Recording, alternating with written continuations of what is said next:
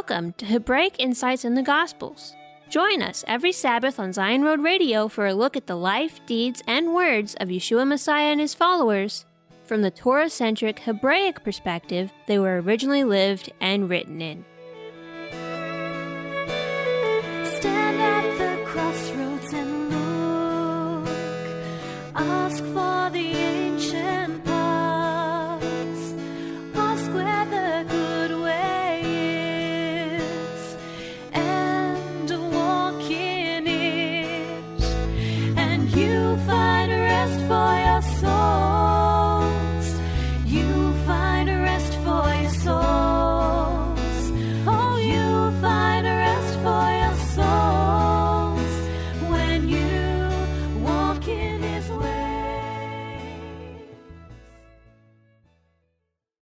Today's program is on Matthew chapter 18, verse 1 through Matthew chapter 19, verse 12.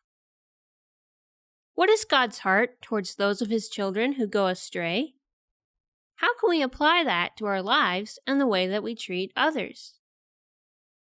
If it's not God's will that one of these little ones should perish, then why do people die? Why do we stumble and go astray? What do we need when we do go astray? And do others need the same from us? Was Messiah saying men couldn't ever divorce their wives, or contradicting the Torah in his answer to the Pharisees' question? What is God's intention regarding marriage? Stay tuned to the end of this program for Eliyahu ben David's insight on these questions and more in Matthew chapter 18, verse 1 through Matthew chapter 19, verse 12. And now, here's today's first scripture portion. Matthew chapter 18. In that hour, the disciples came to Yeshua, saying, "Who then is greatest in the kingdom of heaven?" Yeshua called a little child to himself, and set him in their midst, and said, "Most certainly I tell you, unless you turn and become as little children, you will in no way enter into the kingdom of heaven. Whoever therefore humbles himself as this little child, the same is the greatest in the kingdom of heaven. Whoever receives one such little child in my name receives me. But whoever causes one of these little ones who believe in me to stumble, it would be better for him that a huge millstone should be hung around his neck and that he should be sunk into the depths of the sea. Woe to the world because of occasions of stumbling, for it must be that the occasions come. But woe to that person through whom the occasion comes. If your hand or your foot causes you to stumble, cut it off and cast it from you. It is better for you to enter into life, maimed or crippled, rather than having 2 hands or 2 feet to be cast into the eternal fire. If your eye causes you to stumble, pluck it out and cast it from you. It is better for you to enter into life with 1 eye rather than having 2 eyes to be cast into the Gehenna of fire. See that you don't despise one of these little ones. For I tell you that in heaven their angels always see the face of my Father who is in heaven. For the Son of Man came to save that which was lost. What do you think? If a man has 100 sheep, and one of them goes astray, doesn't he leave the 99, go to the mountains, and seek that which was gone astray? If he finds it, most certainly I tell you, he rejoices over it, more than over the 99 which have not gone astray. Even so, it is not the will of your Father who is in heaven that one of these little ones should perish. If your brother sins against you, go, show him his fault between you and him alone. If he listens to you, you have gained back your brother. But if he doesn't listen, take 1 or 2 more with you, that at the mouth of 2 or 3 witnesses every word may be established. If he refuses to listen to them, tell it to the assembly. If he refuses to hear the assembly also, let him be to you as a Gentile or a tax collector.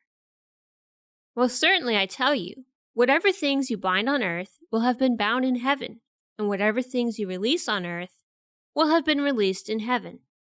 Again, assuredly, I tell you, that if two of you will agree on earth concerning anything that they will ask, it will be done for them by my Father who is in heaven. For where 2 or 3 are gathered together in my name, there I am in their midst. Then Peter came and said to him, Lord, how often shall my brother sin against me, and I forgive him? Until 7 times? YESHUA said to him, I don't tell you until 7 times, but until 70 times 7.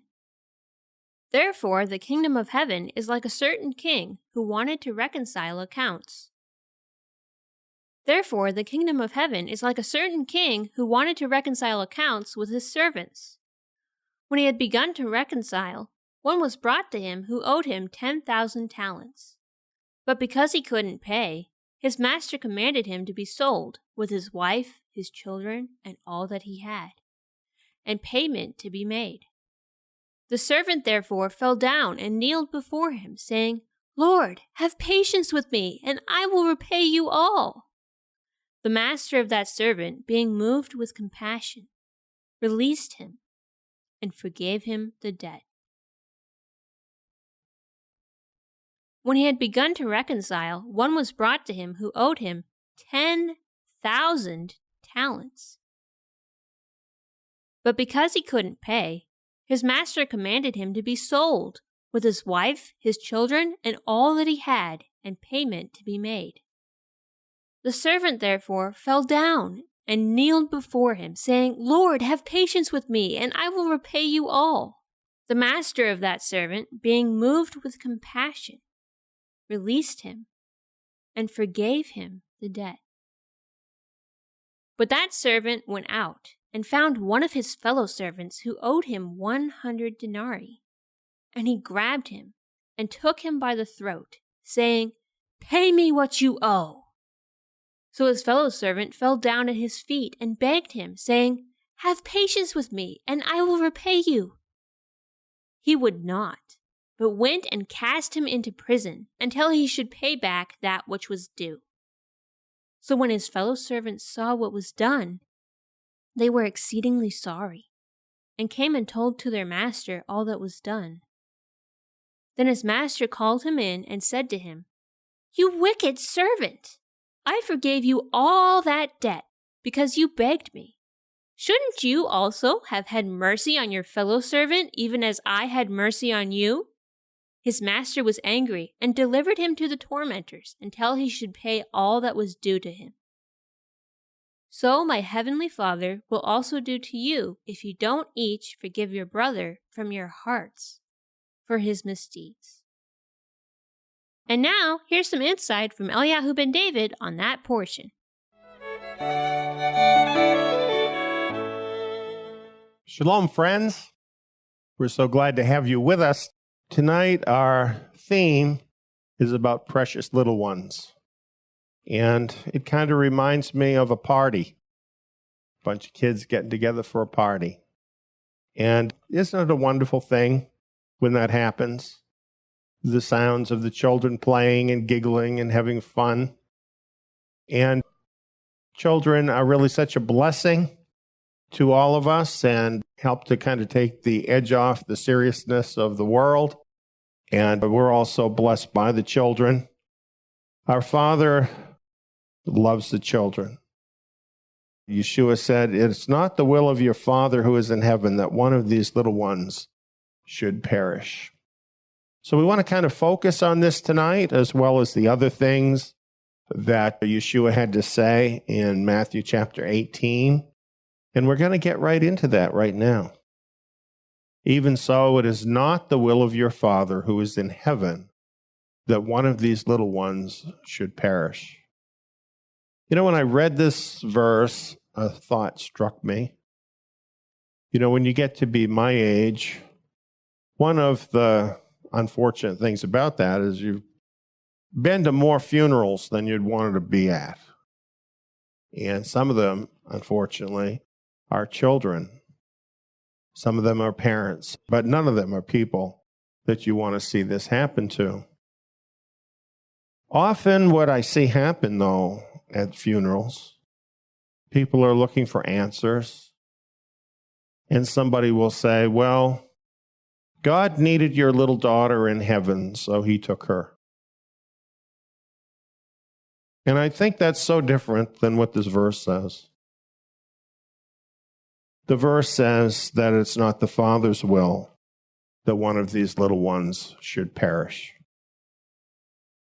It's not God that's taking anybody. Stop saying that to people. Stop thinking that. Our Father in heaven doesn't wish any of these little ones to perish. He doesn't wish you to perish. He doesn't wish the worst person out there to perish. It happens, though. If it's not because he wants it to happen, why?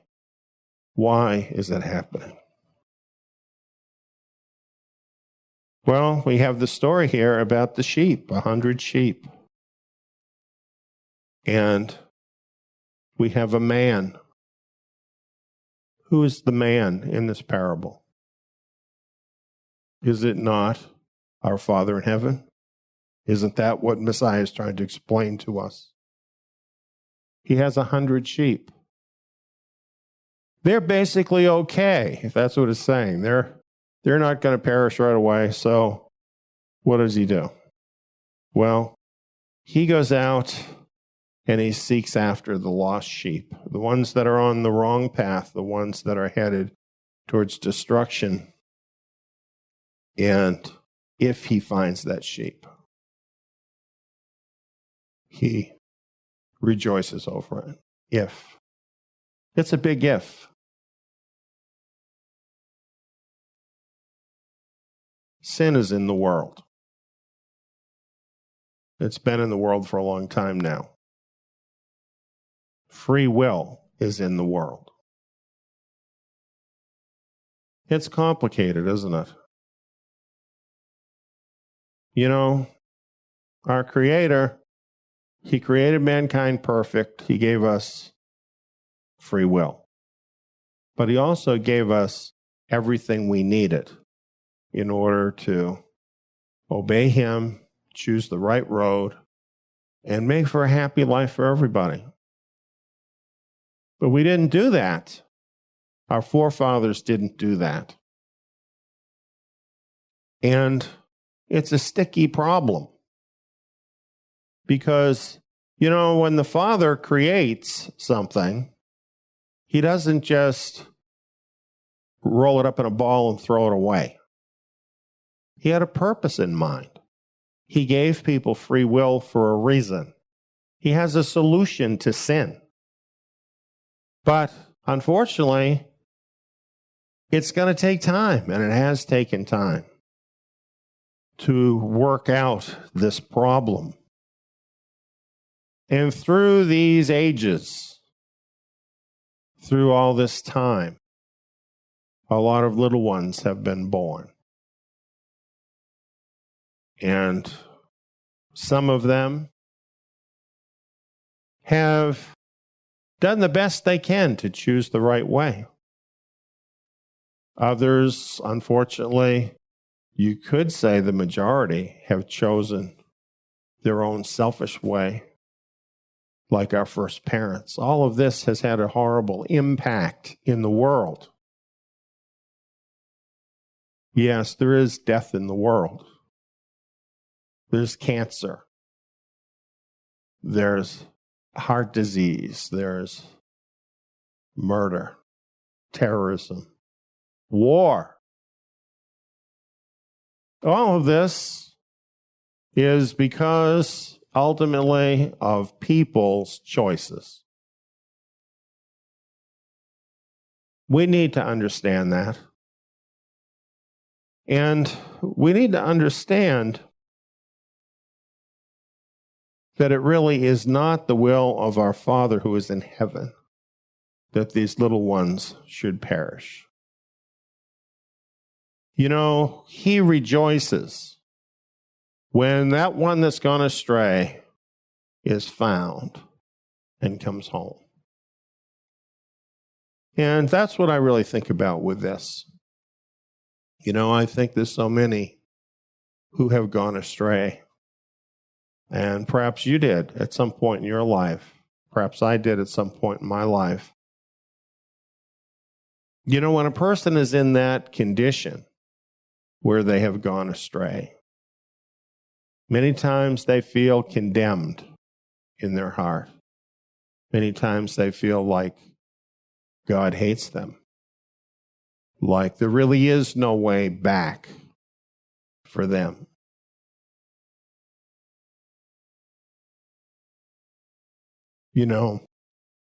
At a certain point in my life, my dad felt like that. And I was estranged from my dad.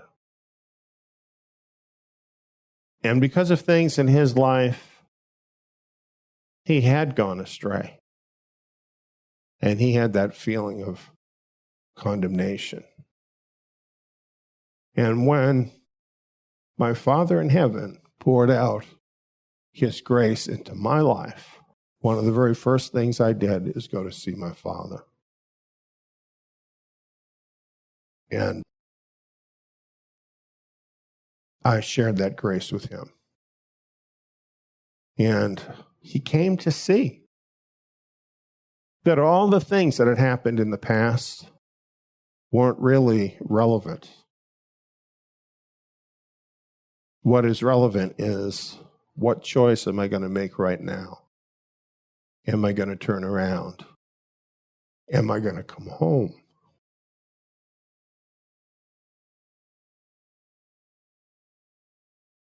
My dad said to me, I don't really deserve it, but if it's being offered, I'm going to take it. And he did. He became a believer with a great faith. And it was the beginning not only of a new relationship for him with his Father in heaven through Messiah, but it was the beginning of a new relationship for he and I also. Our Father does not want us to be burdened down by the past, by guilt and insecurity. If we were wrong, we ought to say so, at least between him and ourselves. We need to do that so that we can identify what's wrong and we can turn around and change it, right? That's how to change things. And we need to look to him. But isn't it wonderful to know he doesn't want any of his little ones to perish? And that includes you. Now, if you're hearing this message right now, chances are you already know all this. But it's a good thing to think about. Because you know what? You might have people in your life, some of them children, some of them parents, other people, who could benefit from some of that grace coming through you into their life to help them to turn around and receive that grace from him. So that's just something that I was thinking about as I was reading this verse.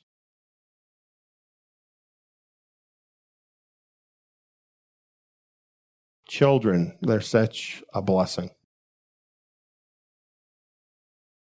You know, when you're young parents and you have young children, it seems like they're going to be with you forever, you know. And you can get sick of everything that goes along with that sometimes, and that's normal. You know, changing diapers and all the things that have to do with raising children. But, you know, it's such a blessing having children in your life. And so much depends on what happens between you and your children while they're with you. I think this chapter kind of calls out to all of us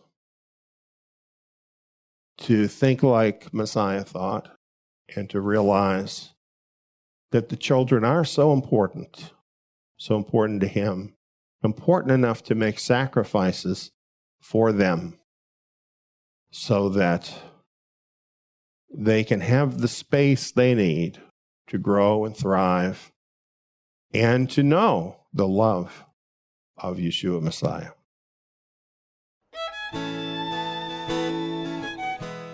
Stay tuned. Eliyahu has more to share in the book of Matthew after this short break.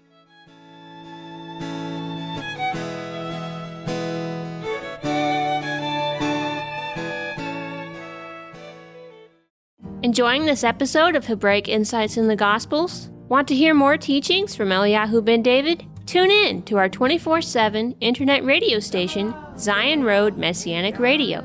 You can catch the latest episodes of Hebraic Insights in the Gospels before they're released as a podcast, learn more about what Zion Ministry teaches from our other programs, and listen to a host of uplifting songs from our independent Messianic music artists. To tune in to our station, go to zion.org. That's TSIYON.org. Or search for Zion Road Messianic Radio. Again, that's Zion, spelled TSIYON, in your favorite internet radio app or station directory. Don't miss the latest episodes. Go to TSIYON.org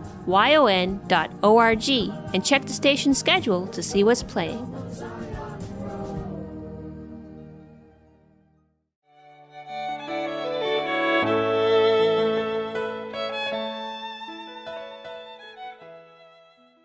Welcome back. Here's the next scripture portion. Matthew chapter 19, verse 1 through verse 12. It happened when YESHUA had finished these words.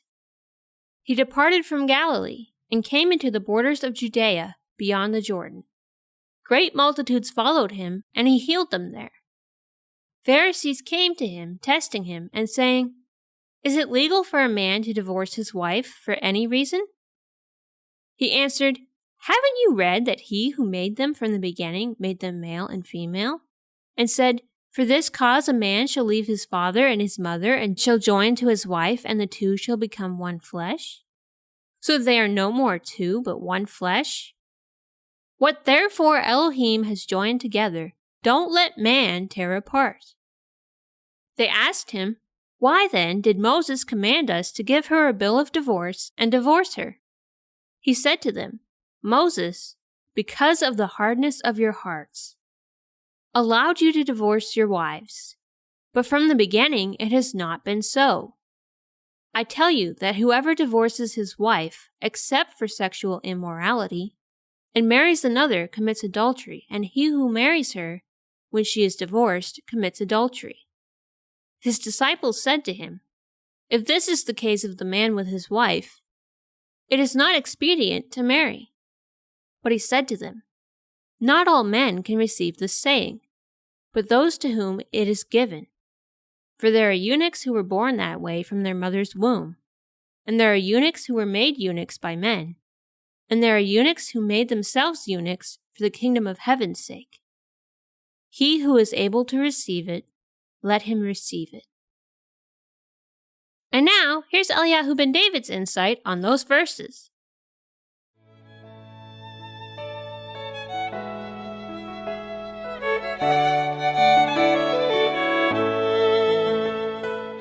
Well, now, after all of that wonderful stuff, we're going to talk about something that's really difficult. You know, talking about relationship problems.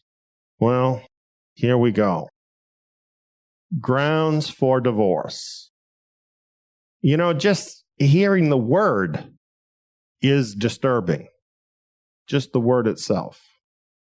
And unfortunately, in this world, many of us have experienced divorce. And many times people can work things out so that divorce doesn't happen. But, sometimes that can't happen.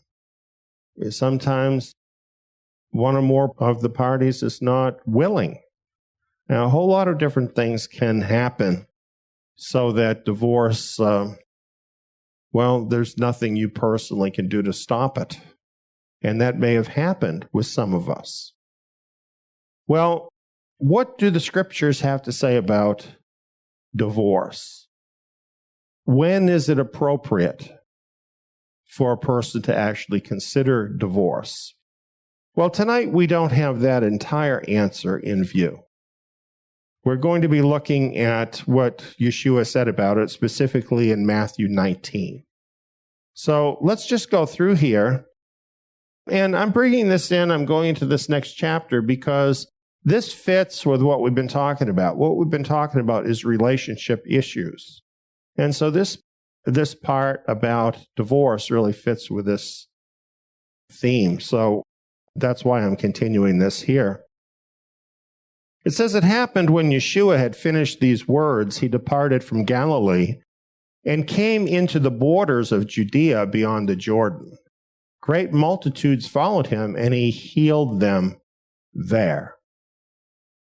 Pharisees came to him, testing him and saying, is it lawful for a man to divorce his wife for any reason? Now, usually when people read this in our modern age, they're thinking, well, it says man, but it could just as well mean woman. And if you make that assumption, you'd be wrong. Because in the scriptures, specifically in this Hebraic society in which this question came up and was being answered from the book of Deuteronomy, the marriage arrangement among the Hebrews was very much regulated according to the behavior of the woman. It was a monandric society. And the covenant actually revolved around the woman. And the men and the women had different responsibilities under the covenant because they were different and they had a different role.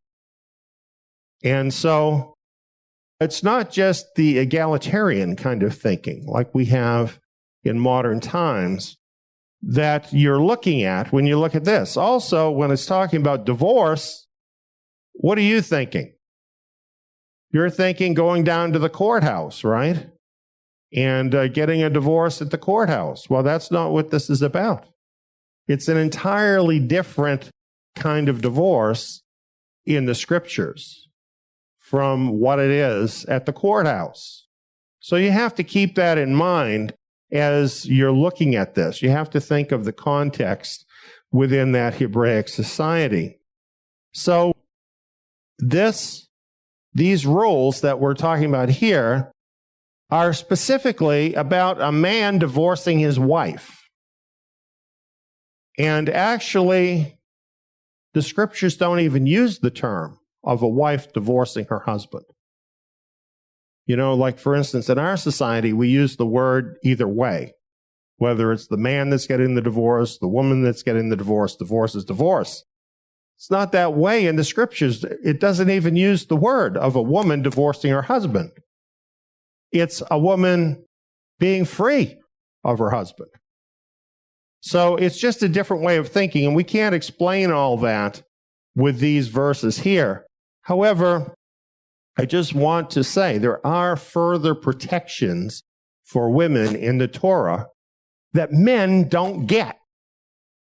Now, isn't that interesting? Yahweh had special protection for his daughters in the marriage relationship. And you can see a link here. This is where I've written quite a bit more about marriage as it is in the Torah. So I would just refer you to that for a much wider scope on this whole issue. Well, having said that, let's move along. So the question is that the Pharisees had And it says they were testing him. Is it lawful for a man to divorce his wife for any reason? Well, this was a real test because there were basically two camps among the Pharisees. There were those who said this, that it was lawful. In fact, if your wife burned the soup, they said you could divorce her for that. But then there were others that said no, that divorce was much more limited than that. So they thought maybe they would be able to catch him in this kind of controversy that was going on at that time. And this question is specifically about the divorce rules for men found in Deuteronomy 24, 1 and 2. Now, we're going to look into those specific verses, but first we want to see how Messiah answered this question. Is it lawful for a man to divorce his wife for any reason? He answered, haven't you read that he who made them from the beginning made them male and female? That's Adam and Eve, not Adam and Steve, as we've often heard. And said, for this cause a man shall leave his father and mother and shall join to his wife, and the two shall become one flesh. So that they're no more two, but one flesh. What therefore God has joined together, don't let man tear apart. So the whole point here is that in perfection, divorce was never intended. Let's pause and look at some of the differences of marriage in perfection, okay? We're talking here about a joining between a man and a woman. We're talking about also God joining them together.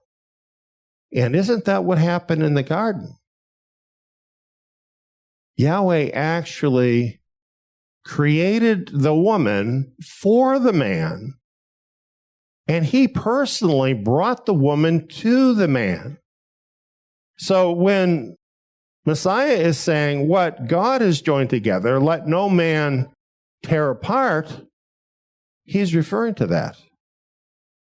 And while that kind of marriage happens for the people of Yahweh who want it to happen, for a lot of people, that doesn't happen because they preclude it from happening.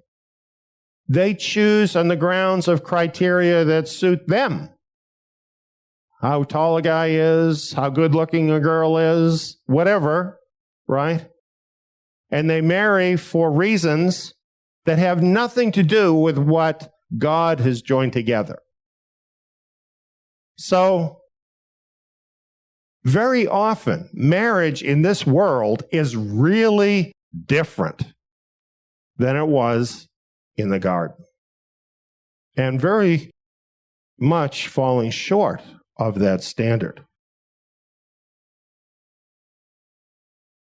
Well, with YESHUA pointing to perfection, then they said, why then did Moses command us to give her a bill of divorce and divorce her? If divorce was never intended, how come it's in the Torah? Well, they thought they had him there, right? And here, when they mention a bill of divorce, there's just one place it talks about that, and that's in Deuteronomy 24. So we know that's what they're talking about. And this is Messiah's answer. Moses, because of the hardness of your hearts, allowed you to divorce your wives. But from the beginning, it has not been so. Hardness of your heart. Sounds like a lack of love, doesn't it? And, of course, that's because of sin. Sin was not intended, so divorce was not intended. But sin has come into the world. And people then bring sin into their marriage. And when it's severe enough, divorce is inevitable. So the divorce law in the Torah and many other of the commandments were given to cope with the problem of sin. Should we just pretend that we live in a perfect world? How well are you going to do if you live like a person in the perfect world in this world? Don't you need some guidelines when people don't act perfect, or even when you don't act perfect? So the truth is, we need this. We need this divorce law. We need all the rest of the commandments because sin is in the world and we have to deal with it.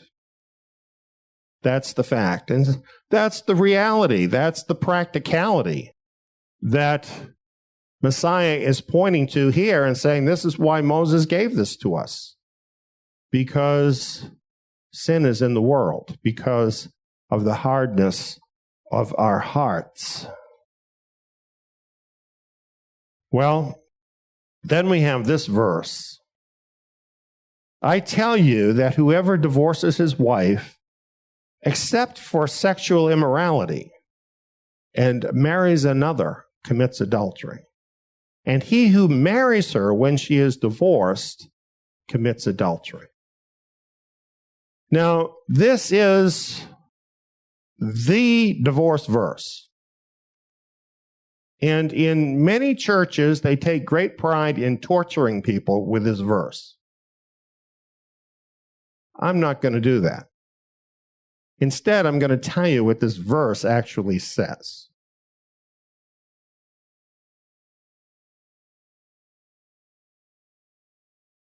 He who marries her when she is divorced commits adultery. This phrase is not in all the manuscripts, and it is likely a spurious verse. Now, that word spurious means a verse that is put in later by people that didn't like the verse the way it was. For that reason, some Bibles do not include this phrase in the verse.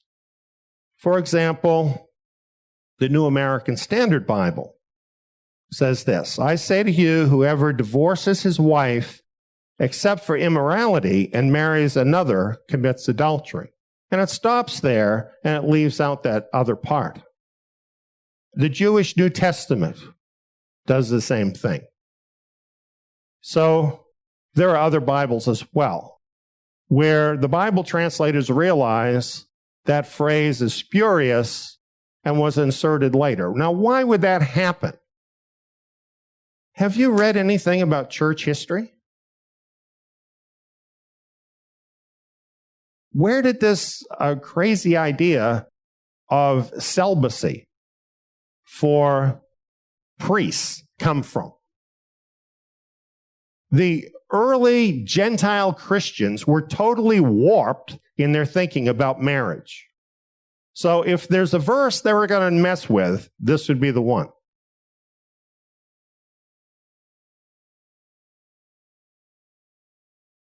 Now, while we're on that, we have this other phrase, and marries another. I tell you that whoever divorces his wife except for sexual immorality and marries another commits adultery. In the New American Standard Bible, it has this footnote. Some early manuscripts read, makes her commit adultery. Well, if what is happening here is Messiah is explaining Deuteronomy 24, 1 and 2, that's what makes sense. He makes her commit adultery. He's forcing her out of his house when she doesn't deserve that to happen. And the Torah does not expect her to survive on her own. In fact, in that society, that's next to impossible. So he's putting her in a position where she is going to have to be with another man. He's causing her or making her commit adultery. That's the real thing that Messiah said. But he also did say this, I tell you that whoever divorces his wife except for sexual immorality. Basically, he's saying in the verses here, in Deuteronomy 24, 1 and 2, it gives the grounds on which the man can divorce his wife, and those grounds are sexual immorality. And if he divorces her for other reasons, he's making her commit adultery because he's putting her in a position where she is going to go and be another man's. And this requirement has not actually happened. Let's look at the verse itself. Deuteronomy 24, 1 and 2. When a man takes a woman to husband her, then it shall be, if she find no favor in his eyes, because he has found some unseemly thing in her, that he shall write her a bill of divorce and give it in her hand, and send her out of his house. When she is departed out of his house, she may go and be another man's wife. Now, where does the court fit into that? I don't say anything about a court there. She may end up taking it to court, okay? If she feels this is a wrongful divorce, she can take it to the court. But it doesn't start there. Marriage matters are really between the parties. And only where there's a dispute they can't settle does it then go beyond that to the court. That's how it works in the Torah. So anyway, what it's saying here, he takes her to be her husband. Now, I put it that way here. It says when a man marries a woman, but that's not what it actually says in the Hebrew. It says when a man takes a woman to husband her. In other words, he is accepting the responsibilities of a husband under the Torah towards her. And therefore, in the covenant, he has certain requirements now towards her. And that's really a part of that. And then she finds no favor in his eyes. Now, if it stopped there, you just think he didn't like her because she burned the soup or whatever. But it goes on and it says, because he has found some unseemly thing in her. So there's cause here, an unseemly thing. Well, what is that? We're going to get to that in a minute. If that happens, then he could write her out a bill of divorce and give it to her and send her away, and their marriage would be terminated. And after that, it says she may go and be another man's wife. Now, this assumes that she actually has done something unseemly, right? She was guilty of that. Now she has been divorced, and she's getting remarried. And she's allowed to do it. It says she may do it. It says she may remarry. Why do I point out all this? Because this is totally contrary to the teachings of many churches.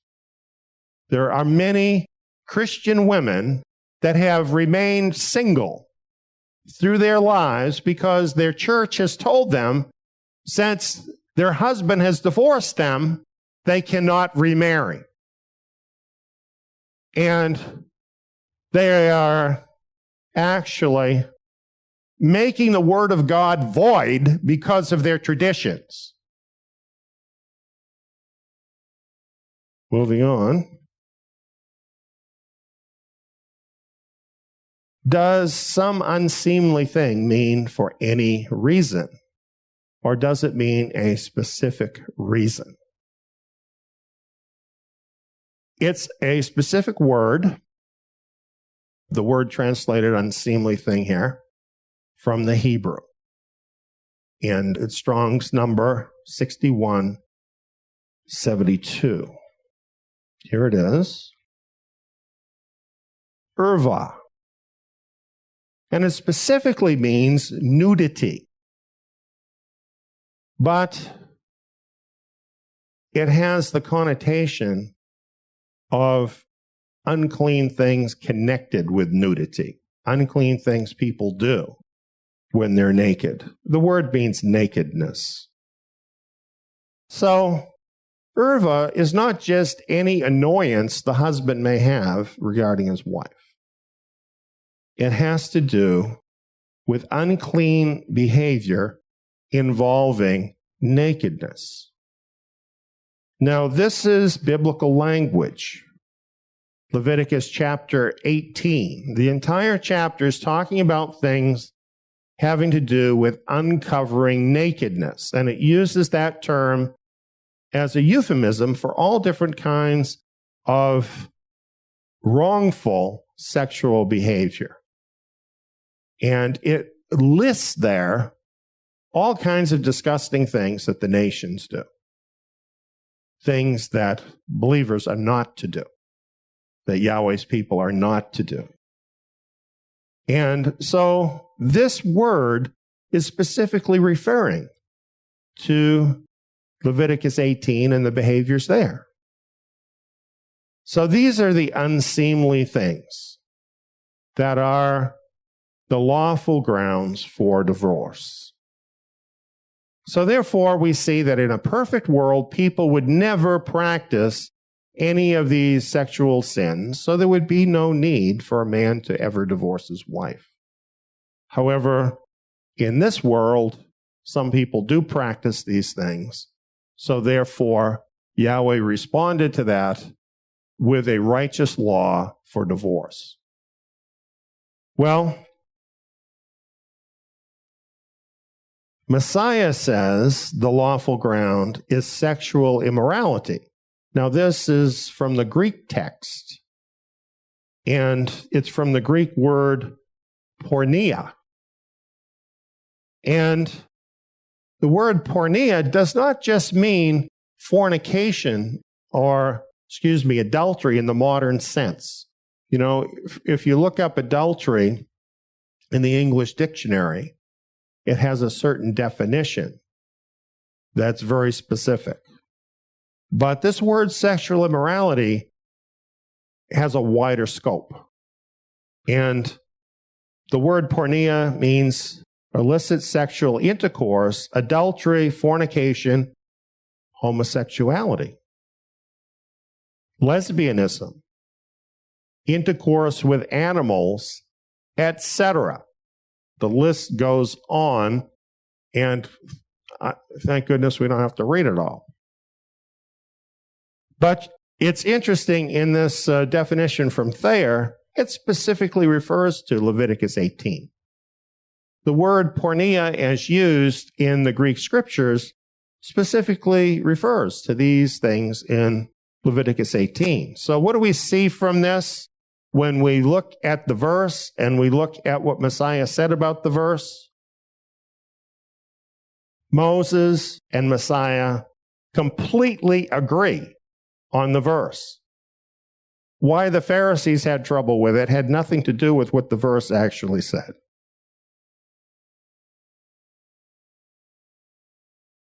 Well, when his disciples heard this, they said this to him: "If this is the case of the man with his wife, it is not expedient to marry." In other words, if once you marry her, you're stuck with her. No matter what she does and how you feel about it, you're better off not to get married in the first place. And do you know that today in the modern era, there is a whole movement of men that feel like this? And this is specifically because of the feminist movement. They think it's a bad deal for a man to get married because he's probably going to end up losing his house, losing his wealth, whatever it is, losing his children, probably going to happen. And so a lot of men think that's a bad deal, and they've decided they don't want to marry. Well, here's what Messiah said to answer their question. not all men can receive this saying, but those to whom it is given. That is the saying, it's not expedient to marry. It's only for those to whom it is given. And then he says, there are eunuchs who were born that way from their mother's womb. There are eunuchs who were made eunuchs by men, and there are eunuchs who made themselves eunuchs for the kingdom of heaven's sake. So, to Messiah, not taking a wife is the same as being a eunuch. In other words, not having sexual relations. That's very different from the thinking of the men I was talking about, because they're not saying not having sexual relations, they're just saying not committing to marriage. So, from a scriptural standpoint, they're still open to living a life in sin. However, he knew his disciples were under the Torah. So when they said not marry, they meant to be celibate. And he's saying that there are some men who are born eunuchs from their mother's womb. In other words, it just happens in their case, for whatever reason, either they can't or don't have an interest in the opposite sex. And we know that's a fact with some folks. And then there are eunuchs who were made eunuchs by men. And you know, this happened a lot in ancient times, that certain men were actually made eunuchs, and then they could be trusted around women. This was the thinking, and they would make them as servants. As a matter of fact, there were some of the early church fathers that actually castrated themselves because they had sexual feelings towards women. And they felt that by castrating themselves, they were somehow gaining God's favor, which maiming yourself is not really something he wants you to do. In fact, that's against the Torah. But then it says there are eunuchs who made themselves eunuchs for the kingdom of heaven's sake. What does that mean? Well, there are people who are dedicated to Yahweh, who have this gift given to them. As it said earlier, those to whom it is given, to be celibate, to be single. Note that this is not the normal state. Note that Yahweh created men and women from the beginning to be married, and that is what the normal state is, and all the feelings that go with that, that's all part of the normal state. So it's a gift that is given to some men. This is talking about men here, for the sake of the kingdom, for them to be free of marriage. And we know, for example, the Apostle Paul was such a person. And I think that was probably a kindness to any woman that might have been his wife. Because look at the things that he did. It was very, very rigorous. His life was very rigorous. And so Yahweh had given him that gift. All indications are that when Messiah was on the earth, he had this gift. Because we don't really see anything in the scriptures that talk about him being married. So, in that sense, he's probably talking about himself here as an example. But then he says, he who is able to receive it, let him receive it. In other words, if you have this gift, then you can receive this, that it's not expedient to marry. But if you don't have that gift, you're probably just setting yourself up for disaster if you decide you're not going to marry, but you don't have the gift. And for proof of that, all I have to say is Catholic priests. Right? We know what that's all about. So, these are the words of Yeshua Messiah about the book of Deuteronomy and what the Torah says regarding the grounds on which a man can divorce his wife. And as I mentioned earlier, I showed a link where I have a lot more information that contains a lot about the other side of the story, about women in marriage and divorce. And so if you want more information, you can go there. So that concludes our discussion on grounds for divorce from Matthew 19, 1 through 12, and our discussion of people problems this evening.